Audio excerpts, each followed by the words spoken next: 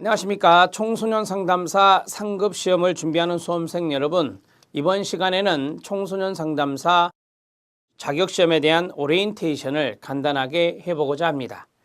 청소년 상담사 자격시험 상급, 이 오리엔테이션은 여러분들이 지금 보고 계실 수도 있는 청소년 상담사 상급 나눔 CPS 이론서의 앞부분을 보고 이 오리엔테이션을 해보고자 합니다.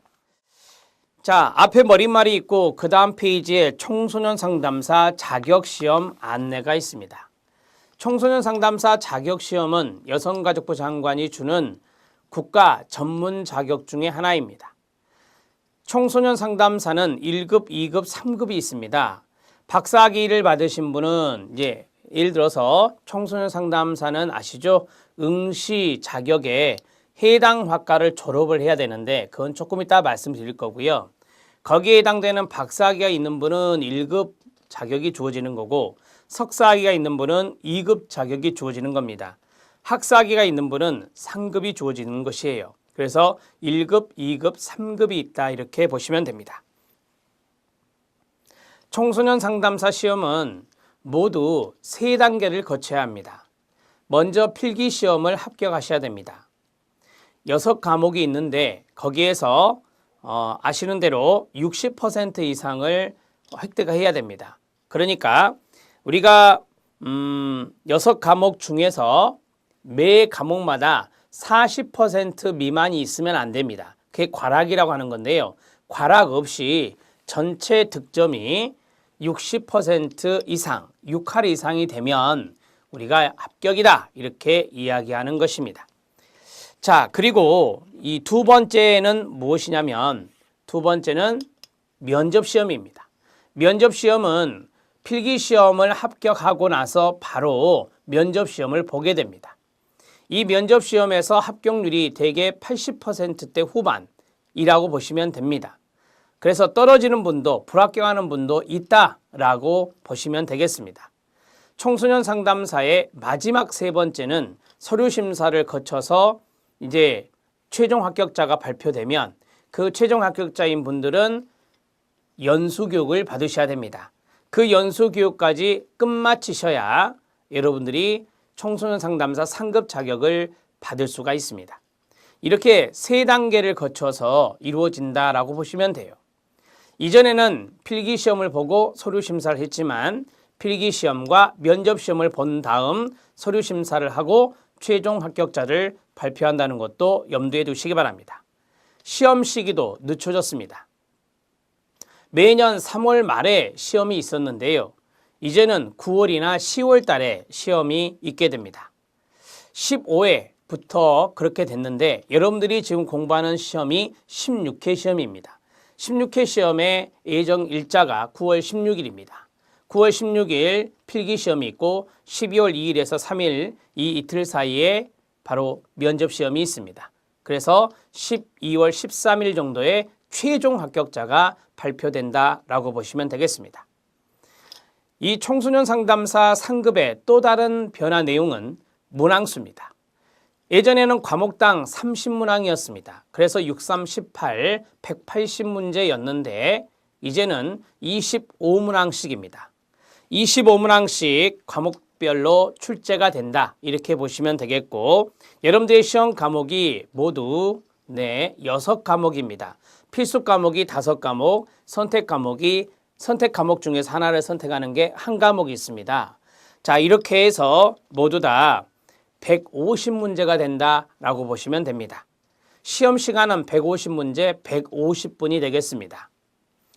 여러분들 거기 5번 시험 과목 및 시험 방법을 보면 시험 과목 3급의 박스가 진하게 되어 있죠. 6과목인데 발달심리, 집단상담의 기초, 심리측정 및 평가, 상담이론 여기까지가 필수입니다. 5과목이 필수고 그 다음에 여기 학습이론까지 5과목이 필수가 되고요. 청소년 이해론과 청소년 수련활동론 이 2과목이 선택 과목인데 여기 교재 안에서는 청소년 이해론에 대해서만 집필을 했습니다. 청소년 이해론은 청소년을 우리가 내담자로 만나게 되는데 청소년에 대해서 여러 분야에 대한 내용이나 특징에 대한 부분들을 공부하시는 학문입니다. 그래서 청소년 이해론을 여기에 실었고 또한 청소년 이해론이 훨씬 더 문제가 쉽게 출제되는 경향이 있어서 청소년 이해론을 실었다는 것을 말씀드립니다. 자, 여기까지 해서 정리가 됐고요. 면접 시험이 나와 있죠. 1조당 10분에서 20분 내외라고 돼 있는데 이 청소년 상담사 상급 시험의 경우는 대개 3명 정도가 들어가는 경향이 있습니다. 2명 내지 3명인데요. 면접관은 바로 3명입니다. 그래서 3대 1로 하는 게 아니라 면접관 3분에 3분이나 아니면 2분이 한 조를 이루어서 동시에 들어가게 됩니다. 그래서 질문을 각자 받게 된다라고 보시면 되겠습니다. 이 면접 시험은요, 합격 기준이 60% 이상 그렇게 필기 시험처럼 돼 있는 게 아니라 몇 점 이렇게 돼 있거든요. 그래서 면접관들이 점수를 주는데 그 합산 점수가 15점 이상이면 합격이 됩니다. 그런데 이 평가 항목에 5가지가 있어요. 거기 보시면 나오죠. 평가 항목 5가지가 쭉 있는데 그 중에 하나라도 면접관 2분이 1점을 줬다 똑같이 그러면 15점을 넘었다 하더라도 불합격 처리된다는 것을 기억하시면 됩니다. 전혀 답을 못했다 그러면 1점을 줄 수밖에 없어요.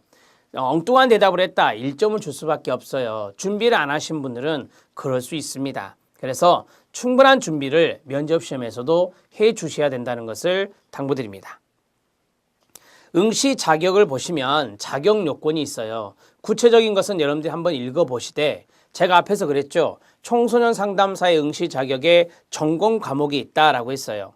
거기 첫 번째 보면 청소년 지도학, 청소년학, 그 다음에 교육학, 심리학, 사회복지학, 사회사업학이라고도 하고요. 정신의학, 아동학, 복지학 분야에 해당되는 대학원을 졸업하신 분은 2급이 되겠고 만약에 학사를 전공했다 그러면 4년제를 나왔다. 4년제 나와야 되겠죠. 나오면 이제 상급이 주어진다라고 보시면 되겠습니다. 자, 여러분들이 이제 유사 과목이란 게 있어요. 그것은 저희 나눔 CPS에서 함부로 판단하기가 어렵습니다. 여러분들의 응시 자격의 세세한 부분, 상담 실무 경력에 대한 부분이나 유사 전공에 대한 부분은 한국산업인력공단의 전문자격관리팀이 있어요. 그 전문자격관리팀에 여러분들이 꼭 전화하셔서 문의하시고 거기에 대한 확답을 받은 다음에 준비를 하시는 것이 좋습니다. 자, 그리고 합격률이 나옵니다. 보시면 그 7번의 청소년 상담사 자격시험 합격률이 있는데 그 3급에 박스가 쳐져 있죠. 2014년, 15년 그리고 2016년에는 이례적으로 2번을 봤어요. 14회 시험과 15회 시험을 봤는데 2014년에 필기시험 합격률을 보니까 38.4%입니다. 2015년은 31%, 14회가 51%, 15회가 26%입니다. 상당히 여러분들이 볼 때 쉽게 느껴지나요? 그렇지 않습니다. 51%가 나온 게 거의 없어요. 거의 없어요. 14년도부터지만 그 전에도 좀 어려웠던 것이 사실이거든요. 그래서 여러분들은 이 합격률을 30%대 초반에서 중반으로 보시면 돼요. 그래서 16회 시험은 30%대 초반 정도는 되지 않을까 이렇게 생각해 봅니다. 15회 시험이 26%였잖아요. 그래서 15회보다는 약간 더 쉬운 방향으로 출제되지 않을까라고 예상을 해봅니다. 자, 그리고 이제 면접 시험을 보십시오. 90%, 87%, 81%, 84%예요. 80%대라고 보시면 돼요. 80%대 중반 정도 보시면 됩니다. 그래서 면접 시험에서 여러분들이 면접 그냥 통과할 수 있겠지라고 생각하시면 안 돼요. 면접 시험도 많이 강화가 되고 있습니다. 그래서 면접 시험에 대한 대비도 스터디를 딱 꾸려서 그 주변에 여러분들 사는 거주지 주변에 있는 사람들과 함께 모여서 스터디를 하시고 또 실전 모의 면접도 해보시고 그렇게 하셔야 합니다. 저희 나눔 CPS에서는 면접 가이드라고 하는 교재를 출간했고 또한 거기에 대해서 여러분들에게 동영상 강의로 이제 제공해 드리고 있어요. 이러한 강의도 듣고 그 다음에 여러분들이 나름대로 원고도 만들고 그 다음에 스터디를 통해서 연습도 하고 그렇게 하면 충분히 합격이 가능하리라 믿습니다. 자, 이제 청소년 상담사 상급의 출제 경향 및 합격 전략을 보도록 하겠습니다. 이 출제 경향은 산업인력공단에서 발표한 15회 자료입니다. 그리고 합격 전략은 제가 뒤에 주관적으로 서술한 내용이 되겠습니다. 자, 출제 경향을 첫째, 둘째, 셋째, 넷째 정도로 이제 정리를 했어요. 이 산업인력공단에서 출제 경향의 핵심이라고 말할 수 있는데 밑에는 과목별로 다 이루어진 거예요. 과목별로 출제의 기본 방향, 출제 범위, 문제 유형 및 난이도, 문제 출제 시 강조점 이런 것들이 있는데 이건 여러분들이 한번 읽어보세요. 거의 비슷합니다. 거의 문장들이 비슷한 문장들이 많고 자, 2016년 15회 청소년 상담사 상급 시험에서는 청소년 상담사 상급 직무 수행에 필요한 소양, 전문 지식과 실무 능력을 평가할 수 있는 문제를 출제하고자 했다라고 했어요. 첫째는 기본적인 청소년 상담 업무를 수행하는 청소년 상담사 3급의 직무와 역할에 충실한 문제를 출제하고자 했다라고 했어요. 상급의 역할이 있을 거 아니에요. 기본적인 역할이죠. 그러한 역할에 대해서 한번 묻고자 했다. 이를 위해 청소년 상담사로서 기본 자질을 평가해보고 청소년 상담사 상급이 갖춰야 될 기초적인 상담 지식 유무를 평가하고자 했다. 지금 첫째에 해당되는 것들은 대개 집단 상담이라든지 상담 이론에 해당되는 집단 상담의 기초라든지 상담 이론에 해당되는 여기에 해당되는 부분들을 이야기하고 있는 듯합니다. 자, 둘째는 각 과목별로 기초적인 개념, 이론, 적용에 관한 내용을 포함하였으며 이 적용이 뭐겠어요? 네, 사례 문제입니다.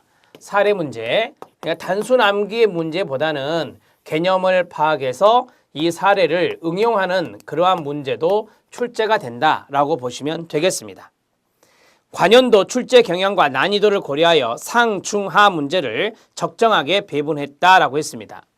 여러분들이 실제적으로 상에 해당되는 문제가 소수의 문제가 나오고 하에 해당되는 문제가 소수의 문제가 나오죠. 가장 많은 문제가 중간 클래스에 해당되는 상, 중, 하에서 중간에 해당되는 문제가 다수가 나오는 거예요.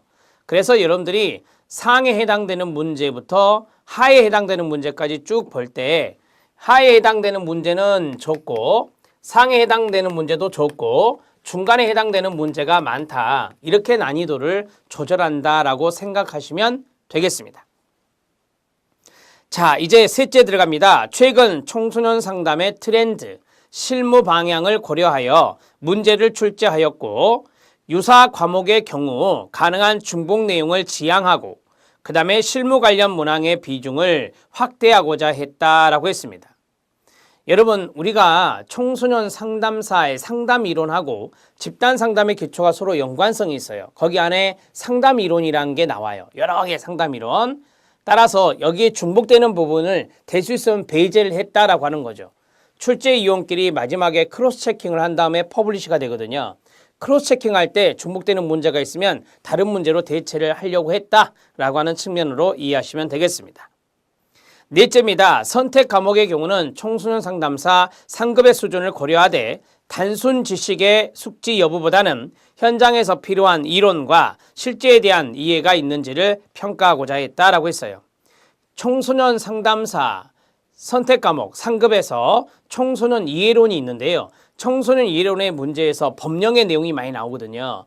그 법령의 내용들이 바로 현장에서 필요한 이론이고 실제예요. 그러한 것들도 출제가 됐다라고 하는 거고 여기서 조심해야 될 것은 뭐냐면 단순 지식의 숙지 여부가 있잖아요. 그러한 문제도 나옵니다. 근데 소수의 문제가 나오는 거죠. 우리가 이것을 단순 암기라고 해요. 자, 단순히 암기해서 풀어야 될 문제도 있어요, 여러분. 외워줄 것은 외워주셔야 됩니다. 우리가 심리 측정 및 평가 같은 경우 외울 거 많잖아요. 검사 도구에서 외울 거 있습니다. 그거 못 외우면 답을 못 풀어요. 이 문제를 못 풀어요. 따라서 이 단순 암기에 해당되는 것들이 있을 수 있으니까 여러분들이 거기에 대해서 준비를 해 주셔야 됩니다. 이 교재 마지막 부록에 보면 암기법에 해당되는 게 쭉 나와요. 그러한 것들을 알아두면 문제 풀 때 도움이 되는 것은 사실입니다. 자, 여기까지 해서 출제 경향의 내용을 4가지로 크게 세팅을 했네요. 산업인력공단에서. 간단합니다. 청소년 상담사이기 때문에 상담에 대한 부분들을 안 낼 수가 없어요. 그래서 상담 이론이나 집단 상담의 기초나 이런 데에서 상담의 이론들을 풍부하게 낼 수밖에 없습니다. 또한 두 번째, 청소년이잖아요. 그러면 청소년에 대한 이야기를 할 수밖에 없어요. 청소년 이해론이란 게 있습니다. 청소년 이해론, 여기에 해당되는 부분들을 여러분들이 청소년 분야의 내용으로 충분히 정리가 가능하거든요. 그 내용들을 잘 알아두시면 됩니다. 여러분들이 여기 과목에서 좀 어려운 과목도 있습니다. 학습 이론이라든지 그 다음에 심리 측정 및 평가 이런 것들, 최근에는 또 발달 심리를 어렵게 생각하는 분들도 있어요. 따라서 어렵게 생각하는 과목도 있고 쉽게 생각하는 과목도 있어요. 그렇다면 전략은 뭐냐? 여러분들이 어렵게 생각하는 과목에서는 60% 이상 맞추기가 쉽지 않겠다. 기출문제 풀어보시면 딱 오잖아요, 느낌이. 자, 거기에서는 내가 조금 힘을 빼더라도 내가 정말 자신 있는 거, 예를 들어서 청소년 이해론이나 상담 이론이나 집단 상담의 기초나 이런 것들은 공부를 좀 많이 집중적으로 해놓으시면 고득점이 나오거든요. 그럼 여기서 점수를 많이 끌어올리는 것이 또 전체 6할, 전체 100%에서 60% 이상을 끌어올릴 수 있는 일종의 전략이 될 수 있는 거예요. 그렇게 여러분들이 학습의 어떤 방향이나 학습의 힘을 강하게 줄 곳, 힘을 약간 뺄 곳, 그것을 미리 여러분들이 판단해서 공부를 하시면 될 것 같습니다. 자, 이제 저는 필기시험 합격 전략에 대해서 말씀을 드리고자 합니다. 자, 필기시험 합격 전략은 제가 주관적으로 서술해 놓은 건데요. 우리가 이제 산업인력공단에서 발표한 출제평이란 게 있잖아요. 그 출제평을 잘 읽어보고 여기에 맞추어서 과목별로 학습하는 게 중요한데, 여기 교재 안에 있는 목차대로 서술되어 있는 이 내용들을 잘 학습하신다면 충분한 학습 분량은 될 것이다. 이렇게 말씀드릴 수 있습니다. 자, 그리고 두 번째로는 이론적인 부분을 먼저 체계적으로 학습을 하셔야 돼요. 우리가 이제 커리라고 하는 것이 있는데, 이론을 하고 그 다음에 기출 문제를 풀고 그 다음에 모의 문제를 풀고 그 다음에 실전 모의고사, 최종 모의고사를 푸는 것이 중요하죠. 자, 이거는 이제 테스트가 되겠습니다. 여러분들이 이제 시험 보기 전에 테스트한다라고 보시면 돼요. 이러한 커리대로 쭉 진행해 나가는 게 상당히 중요하죠. 이론적인 부분들은 80% 정도는 정리가 되면 좋겠다. 자, 그 다음에 기출문제는 공개된 문제는 모두 풀어라. 공개 문제 100% 풀이해야 하셔야 됩니다. 100% 풀이하셔야 되고, 그 다음에 모의고사, 최종 모의고사가 있습니다. 나눔 스페이스에서는 여러분들 시험 보기 전에 최종 모의고사를 제공해 드립니다. 이 최종 모의고사도 여러분들이 풀어보시길 바랍니다. 그렇게 해서 틀린 문제 다시 재점검해 주셔야 됩니다. 자, 이제 여러분들이 전공서적을 하나 보고 싶습니다 라고 이제 질문하는 경우가 많이 있어요. 그럴 때는 교육학이라든지 심리학이라든지 또는 상담학이라든지 거기 전공자들이 보는 전공교재가 상당히 좋고요. 여러분들이 만약에 학교에서 공부하다가 학교에서 이제 수업을 받았을 때 대학 교수가 이거 사라겠다. 그래서 이걸로 수업을 진행해 나갔다. 그걸 보셔도 됩니다. 새로 구입하지 않으셔도 돼요. 자, 그 다음 3번 내용을 보면 이제 우리가 기출 동형과 형태된 관련된 모의고사를 풀어라. 그러니까 기출문제와 유사한 모의고사를 푸는 게 좋다라고 하는 거예요. 기출문제는 이쪽 방향인데 모의고사는 이쪽 방향이다. 이거 아니잖아요. 따라서 기출문제와 유사한 형태의 동형 모의고사를 풀어볼 필요가 있다. 이렇게 말씀드릴 수 있겠습니다. 나눔 스페이스에서는 또 모의고사를 여러분들에게 나중에 문제집 출간해서 또 강의로 진행해 나갈 겁니다. 그 내용도 참고적으로 알아두시기 바랍니다. 자, 우리는 네 번째 이제 예상 문제가 끝났다면 최종 모의고사를 풀어보시라고 말씀드렸죠. 그래서 최종 점검용으로 활용하시면 되겠습니다. 자, 이제 밑에 나와 있는 필기시험 합격을 위한 학습의 최적 전략 4가지가 있습니다. 첫 번째가 반복 학습이 중요하다라고 했어요. 가장 중요한 게 복습이죠, 복습. 복습을 강조하고 있는 겁니다. 자, 이론적인 부분들은 제가 이론을 쭉 수업하다가 판사하는 부분이 있어요. 그런 부분들을 노트화해서 반복적으로 읽어주시고, 그 다음에 두 번째로는 문제를 풀었다. 문제를 풀었는데 틀린 문제가 있었다. 그러면 틀린 문제를 재점검해주고, 그게 바로 일명 복습이다. 반복학습이요. 그 다음에 두 번째, 학습은 서로 관련된 과목을 연계하여 진행하는 게 좋습니다. 제가 앞으로 수업을 진행할 때 이 순서대로 나가려고 합니다. 상담 이론, 제가 그랬죠. 상담 이론과 집단 상담의 기초가 연관성이 있다 그랬잖아요. 집단 상담의 기초 끝나고 발달 심리에 보면 청소년 기가 나오거든요. 그래서 발달 심리 공부한 다음에 청소년 이해론을 공부하는 게 낫겠구나. 그 다음에 학습 이론, 심리 측정 및 평가 이런 식으로 진행을 해 나가고자 합니다.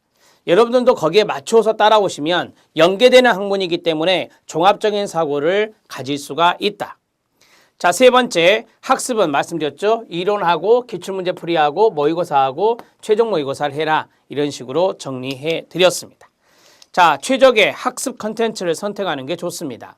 시중에는 많은 청소년 상담사 이론서가 나와 있고 문제집이 나와 있고 동영상 사이트도 있습니다. 여러분들이 최적의 학습 컨텐츠를 선택하는 것이 중요한 이유는 뭐냐면 첫 번째가 비용 효과성입니다. 만약에 컨텐츠를 선택하는 데 있어서 잘못 선택을 하게 되면 이게 이제 시행착오가 돼서 또 다른 비용이 나가게 돼요. 따라서 최적의 컨텐츠를 선택하게 된다면 비용이 줄어들고 여러분들의 합격의 목표 달성은 더 가까워진다라고 보시면 되는 거예요. 자, 그 다음에 두 번째는 시간적인 효율성입니다. 시간적인 효율성, 이것을 위해서도 여러분들이 필요합니다. 시간 낭비를 안 해야 된다라고 하는 거예요. 그래서 이 최적의 학습 컨텐츠가 어떤 것인지 심사숙고하시고 거기에 대해서 여러분들이 판단을 잘 해주셔야 됩니다. 그러한 것들이 여러분들이 앞으로 이제 9월 중순이 1차 시험인데 거기에 대해서 충분한 선택의 어떤 효과랄까? 선택의 목표 달성 여부는 충분히 만끽하실 수 있을 것입니다.